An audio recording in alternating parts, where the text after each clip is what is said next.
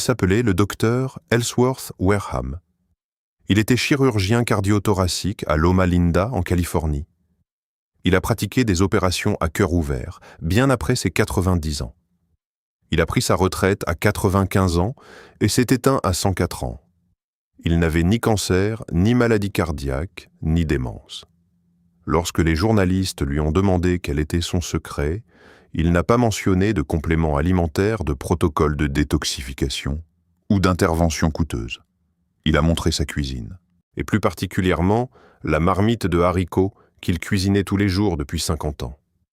Or, voici le contraste. Aux États-Unis, un adulte sur 3 développera une forme de cancer au cours de sa vie. 1 sur 3, ce n'est pas une statistique d'une mauvaise année, c'est la norme de base. C'est ce que nous considérons aujourd'hui comme normal. Et pourtant, dans la communauté adventiste du 7e jour de Loma Linda, en Californie, même pays, même eau, mêmes hôpitaux, même air, ce chiffre tombe à environ 1 sur 5. La même maladie, mais des résultats radicalement différents. Et la différence ne vient pas de la génétique. Ce n'est pas un produit pharmaceutique. Ce n'est pas une intervention chirurgicale. L'étude Adventist Health Study 2 a suivi 69 120 personnes pendant 7 ans. Ce n'est pas une petite étude. C'est l'une des plus vastes études diététiques jamais menées en Amérique du Nord.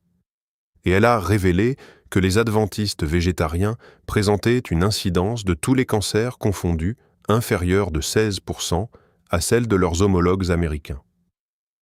Les cancers gastro-intestinaux ont chuté de 26%. Le cancer colorectal en particulier a baissé de 22% au cours des 20 prochaines minutes. Vous allez découvrir exactement ce que ces personnes mangent, pourquoi cela fonctionne au niveau cellulaire et comment intégrer ce même système dans votre routine quotidienne dès cette semaine avec des aliments que vous connaissez déjà.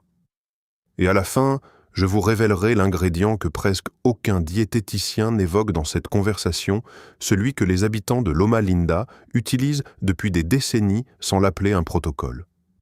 Vous voudrez rester pour l'entendre ? Avant de vous dire ce que font ces personnes, je dois vous dire ce qu'elles ne font pas. Car ce qu'on vous a dit de faire pour la prévention du cancer aggrave probablement les choses. On vous a dit que les compléments antioxydants était la solution, vitamine E, bêta-carotène, vitamine C à forte dose. Toute l'industrie des compléments alimentaires s'est construite sur l'idée qu'isoler ces composés et les concentrer dans une pilule vous procurerait les effets protecteurs de la consommation de plantes. Cette logique semble raisonnable, mais elle est fausse. L'essai SELECT, publié dans le JAMA en 2011, a suivi 35 000 hommes en bonne santé qui prenaient des compléments de vitamine E. Les hommes qui se supplémentaient en vitamine E présentaient une augmentation statistiquement significative du risque de cancer de la prostate. Pas neutre, pas peu concluant, une augmentation. Les chercheurs ont arrêté l'essai prématurément à cause de cela. La vitamine E issue de l'alimentation est systématiquement protectrice. La vitamine E isolée dans une pilule fait l'inverse. Les adventistes de Loma Linda ne prennent pas ces compléments. Leur protection ne vient pas d'un flacon. Elle provient de la synergie des aliments complets où les mêmes composés arrivent avec des centaines de cofacteurs qui régulent la façon dont le corps les utilise.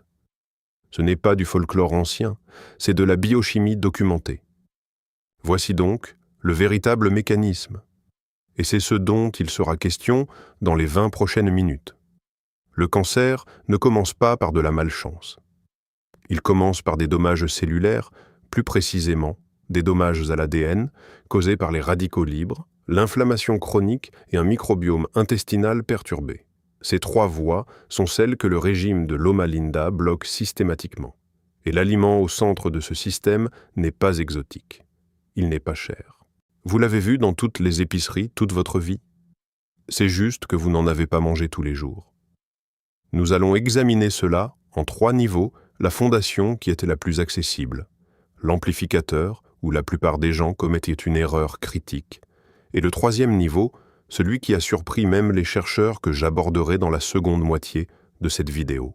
Vous verrez exactement pourquoi ce système ne se contente pas de prévenir les dommages cellulaires. Il inverse activement l'environnement inflammatoire qui permet aux cellules cancéreuses de proliférer. La fondation du système de Loma Linda repose sur les légumineuses, non pas comme plat d'accompagnement, ni comme substitut occasionnel de protéines, mais comme aliment principal de chaque jour. Lorsque les chercheurs de l'AHS2 ont tenté d'identifier quel facteur diététique spécifique était le plus corrélé à une incidence réduite de cancer dans la population adventiste, ils ne sont pas tombés sur des super-aliments ou des protocoles coûteux. Ils ont mis en évidence les haricots, les lentilles et les pois chiches consommés comme principale source de protéines de manière constante sans exception. Pas 4 fois par semaine, tous les jours. Cela surprend les gens. Nous vivons dans une culture qui a passé la dernière décennie à diaboliser les glucides et à valoriser les protéines animales. Les légumineuses se trouvent dans un entre-deux inconfortable. Elles contiennent des glucides, elles contiennent des protéines. Et elles ne s'intègrent pas clairement dans un discours diététique dominant. Elles sont donc ignorées. C'est une erreur lourde de conséquences. Voici ce que les légumineuses font réellement dans le corps. Le National Cancer Institute a examiné les preuves prospectives sur la consommation de légumineuses en 2009. Ils ont découvert que les personnes qui mangeaient des légumineuses plus de 4 fois par semaine présentaient un risque de cancer colorectal inférieur de 14% et un risque de cancer de l'estomac inférieur de 20% par rapport aux faibles consommateurs. Le mécanisme opère par 3 canaux simultanément. Premièrement, les fibres, plus précisément, les fibres solubles qui fermentent dans le côlon et produisent des acides gras à chaîne courte, le plus important étant le butyrate. Le butyrate est le carburant préféré des colonocytes, les cellules qui tapissent dans votre côlon. Lorsque les colonocytes sont bien nourris en butyrate, ils maintiennent leur intégrité structurelle et suppriment la croissance cellulaire anormale. Lorsque le butyrate est absent, ce qui est le cas dans un régime occidental, pauvre en fibres, la paroi du côlon devient vulnérable. Ce n'est pas théorique. C'est le lien physiologique direct entre un régime pauvre en fibres et le cancer colorectal. Deuxièmement, le microbiome. Les légumineuses sont prébiotiques. Elles nourrissent de manière sélective les souches bactériennes qui produisent des composés anti-inflammatoires et supplantent les souches associées à l'inflammation, favorisant les tumeurs. Les adventistes de Loma Linda ne parlent pas du microbiome. Ils n'ont pas construit leur régime alimentaire autour de la science du microbiome. Mais leur habitude quotidienne de consommer des légumineuses nourrit un environnement microbien protecteur depuis des générations, et la science a fini par rattraper son retard pour expliquer pourquoi cela fonctionne. Troisièmement, l'acide phytique. Celui-ci est sous-estimé. Les légumineuses, les noix et les céréales complètes contiennent du phytate, également appelé acide phytique, qui agit comme un agent chélateur. Il se lie au fer libre dans le tube digestif. C'est important car l'excès de fer libre est un catalyseur du stress oxydatif. Il accélère la production de radicaux libres qui endommagent l'ADN. Les chercheurs Shamsuddin et Graf ont documenté dans les années 1990 que l'acide phytique réduit la prolifération des cellules tumorales dans des modèles in vitro et in vivo. La base de données sur le cancer du NIH cite ces travaux. Et pourtant, lorsque vous lisez les conseils grand public sur la prévention du cancer, l'acide phytique est souvent répertorié comme un antinutriment à éviter, car il se lie également aux minéraux. C'est une mauvaise interprétation des preuves. Dans un régime alimentaire présentant une diversité minérale suffisante, l'effet chélateur du phytate est protecteur et non nocif. Les adventistes de Loma Linda mangent quotidiennement des aliments riches en phytate depuis des générations, et leurs chiffres sur le cancer le reflètent. Voici à quoi ressemble le premier niveau de ce système dans la pratique. Une demi-tasse de légumineuses cuites tous les jours lors de votre repas de midi. Cela représente environ 90 grammes. Dans les données de l'AHS, 2 C'est à cela que ressemble une consommation régulière. Pas une portion massive, pas une refonte complète de l'alimentation. Une demi-tasse délibérée tous les jours au déjeuner. Haricots noirs, lentilles ou pois chiches selon votre préférence. Vous éliminez complètement les viandes transformées de votre routine hebdomadaire. Pas réduites, éliminées. Les preuves concernant la viande transformée et le cancer colorectal figurent parmi les associations diététiques les plus solides de la recherche en oncologie. C'est non négociable dans l'approche de Loma Linda. Et tout de suite, pas demain, tout de suite, vous pouvez ouvrir votre garde-manger et vérifier si vous avez une boîte de haricots noirs ou un sachet de lentilles, si c'est le cas. Vous avez tout ce dont vous avez besoin pour commencer le niveau 1 aujourd'hui. Cela ne représente que 30% du système. Ce que je vais vous montrer ensuite est l'amplificateur, et c'est là que la plupart des gens, même ceux soucieux de leur santé, commettent une erreur spécifique qui annule tout le reste de ce qu'ils font. Le deuxième niveau du système de Loma Linda est ce que les chercheurs ne s'attendaient pas à trouver lorsqu'ils ont commencé à décortiquer les facteurs de protection spécifiques du régime adventiste. Cela se résume à deux composés qui fonctionnent ensemble et à une habitude moderne qui bloque systématiquement leur effet. Le premier composé est la curcumine. Dans la communauté adventiste de Loma Linda, une part importante de la population est d'origine sud-asiatique. Et dans la cuisine sud-asiatique, le curcuma n'est pas une tendance bien-être. C'est un ingrédient de base quotidien dans les currys, les soupes de lentilles, le riz et les sauces. Ces foyers consomment de la curcumine tous les jours sous forme d'aliments depuis toujours.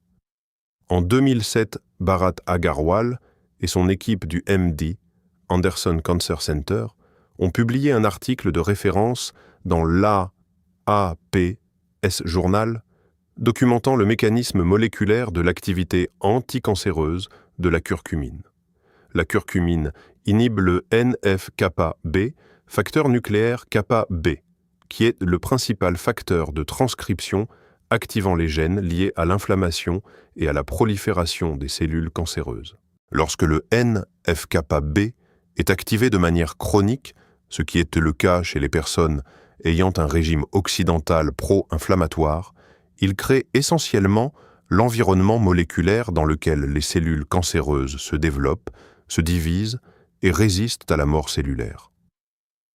La curcumine perturbe cet environnement au niveau de la signalisation. Ce n'est pas un effet faible.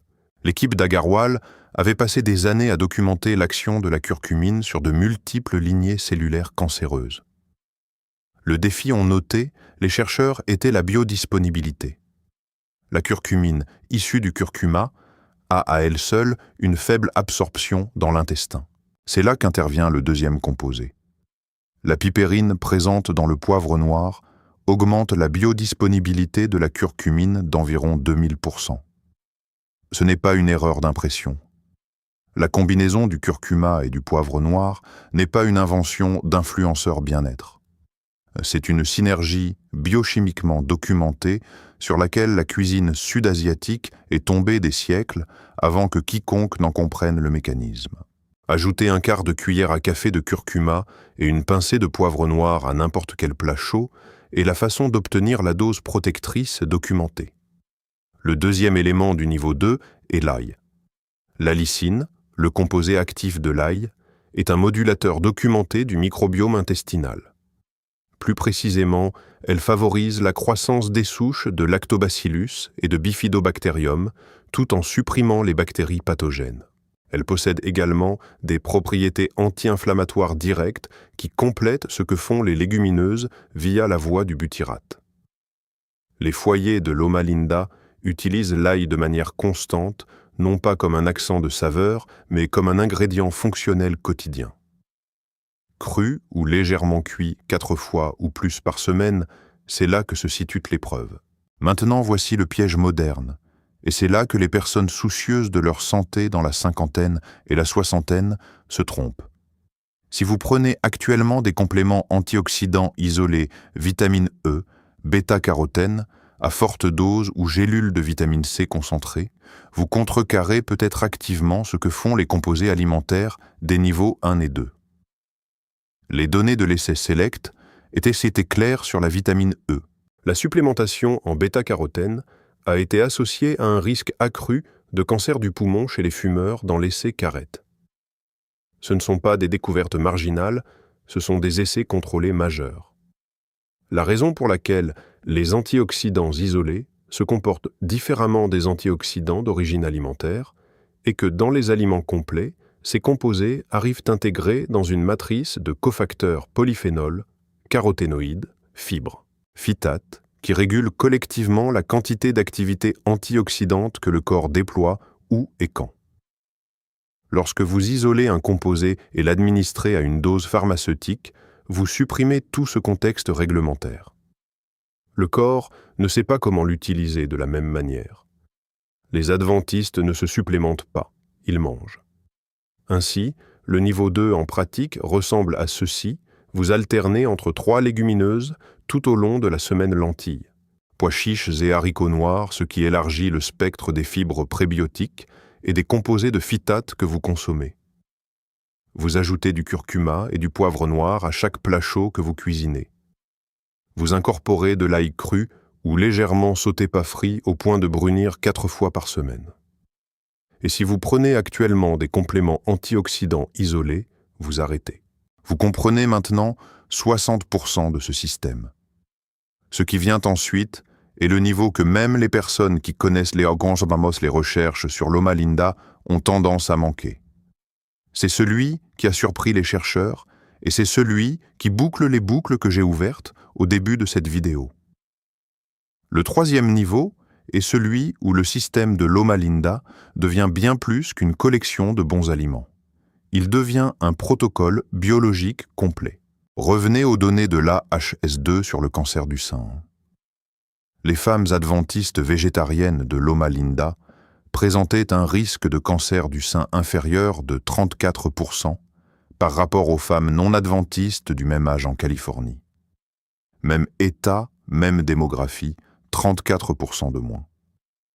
Les chercheurs ont tenté d'isoler le facteur à l'origine de ce chiffre. Ils ont trouvé 3 variables corrélées: l'absence de viande transformée, une consommation élevée de soja non transformé tofu, et d'amam, et une consommation quotidienne de légumineuses.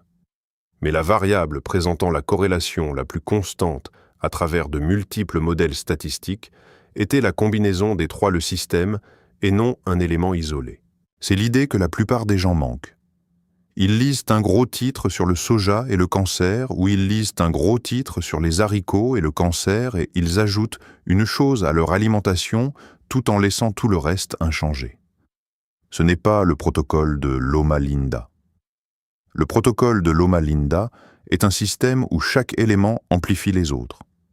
Voici comment cela fonctionne au niveau cellulaire. Les légumineuses nourrissent le microbiome et produisent du butyrate, qui protège la paroi du côlon et supprime la croissance cellulaire anormale. Le curcuma et le poivre noir inhibent le NF-kappa-B, bloquant ainsi la signalisation inflammatoire qui permet aux cellules cancéreuses d'échapper à la mort cellulaire. L'ail soutient les souches bactériennes spécifiques qui produisent des métabolites anti-inflammatoires secondaires dans l'intestin.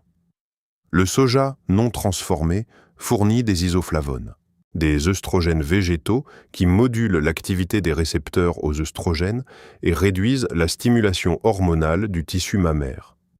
Et l'absence de viande transformée élimine les nitrosamines et les composés de fer héminiques qui endommagent directement l'ADN des colonocytes. Chaque élément fait quelque chose de spécifique. Ensemble, ils créent un environnement interne où les cellules cancéreuses n'obtiennent pas les éléments dont elles ont besoin pour s'établir et se développer. Maintenant, voici l'ingrédient dont je vous ai parlé au début, celui que presque aucun diététicien ne mentionne lorsqu'il parle de prévention du cancer. Ce n'est pas un composé exotique. Ce n'est pas un ajout coûteux, c'est la constance. Les adventistes de Loma Linda ne mangent pas de cette façon occasionnellement. Ils ne le font pas en janvier parce qu'ils se sentent motivés. Ils mangent de cette taos et ils mangent de cette façon tous les jours depuis des décennies parce que c'est leur culture, leur communauté et leur identité. Le docteur Ellsworth Wareham ne mangeait pas de haricots parce qu'il avait lu une étude sur les légumineuses. Il mangeait des haricots parce que c'est ce que sa famille mangeait tous les jours depuis 50 ans. Et les gens autour de lui en mangeaient aussi. Et la structure sociale de sa vie a fait de la constance la norme et non l'exception. C'est l'idée vers laquelle les données ne cessent de pointer, mais que l'industrie du bien-être ne vous vend jamais. Le mécanisme ne fonctionne que si vous ne vous arrêtez jamais. Une demi-tasse de légumineuses, une fois par semaine, ne fait pas grand-chose. Une demi-tasse tous les jours pendant 10 ans restructure votre microbiome, abaisse votre niveau de base d'inflammation chronique et modifie la façon dont votre corps réagit au stress cellulaire. Ainsi, le niveau 3 en pratique ressemble à ceci des légumineuses à chaque repas principal. Du houmous sur des toasts le matin, une soupe de lentilles au déjeuner, une salade de pois chiches au dîner. Ce n'est pas extrême. Cela représente une demi-tasse 3 fois par jour, ce qui correspond exactement à ce que reflètent les données de l'AHS, 2 dans le groupe de protection le plus élevé. Vous éliminez complètement la viande rouge. Vos protéines deviennent les légumineuses, les noix et le tofu. Et au bout de 90 jours, vous faites un bilan sanguin. Plus précisément, vous demandez à votre médecin la protéine C-réactive, CRP, le principal marqueur de l'inflammation systémique, et l'homocystéine, qui est liée au stress cardiovasculaire et cellulaire. Vous mesurez d'où vous êtes parti. Vous voyez où vous en êtes. Voici à quoi ressemble la chronologie. Au cours des 7 premiers jours, vous remarquerez des changements digestifs. C'est le microbiome qui s'ajuste. Ça passe. Les fibres font leur travail.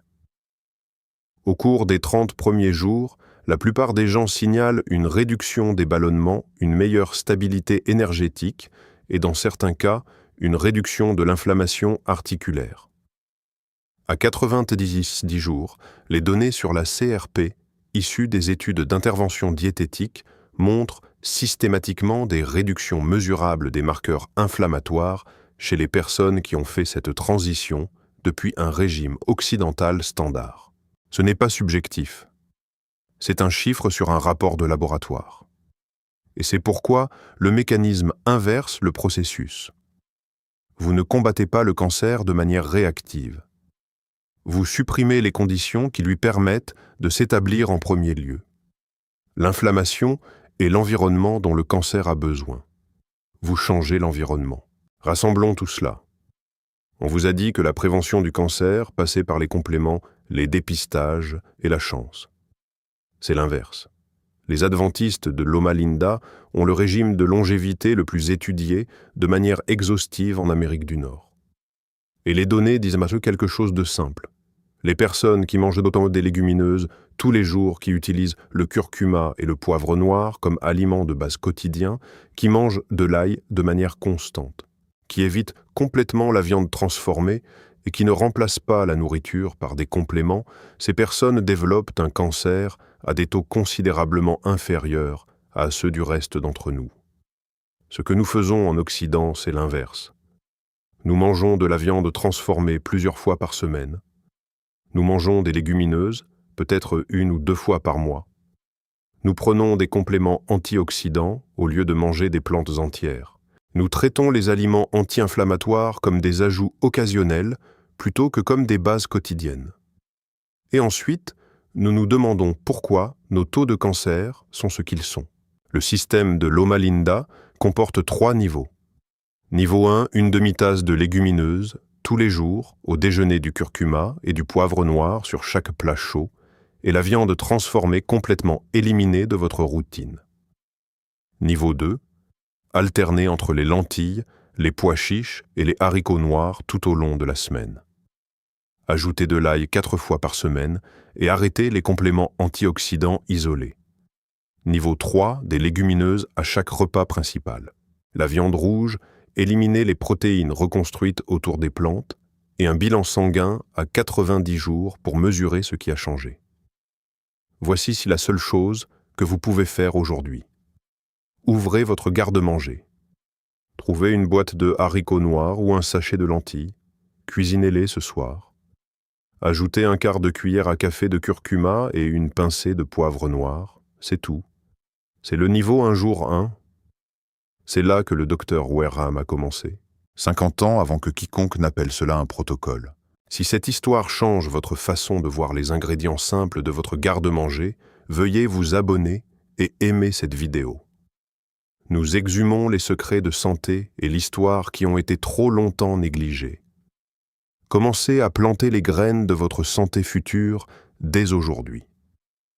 Le prochain protocole qui changera votre vie sera bientôt révélé.